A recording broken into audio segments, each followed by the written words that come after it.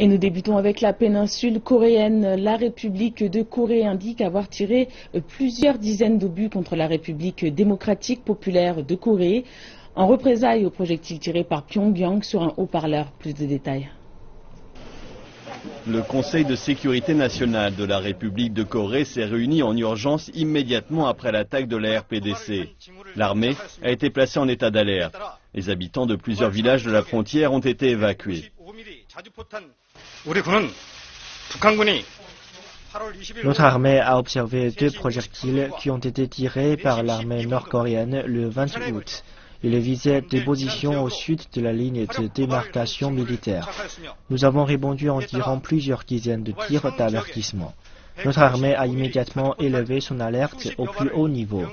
Nous observons étroitement les mouvements de l'armée nord-coréenne et restons en état d'alerte maximale pour répondre à toute nouvelle provocation. La République de Corée a précisé que les roquettes tirées par la RPDC visaient des haut-parleurs diffusant de la propagande anti-Pyongyang.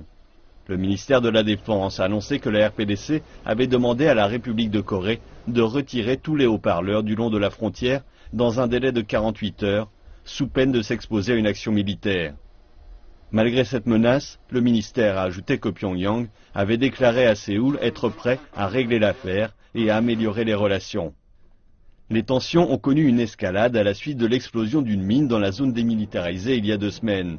2 soldats sud-coréens ont été blessés.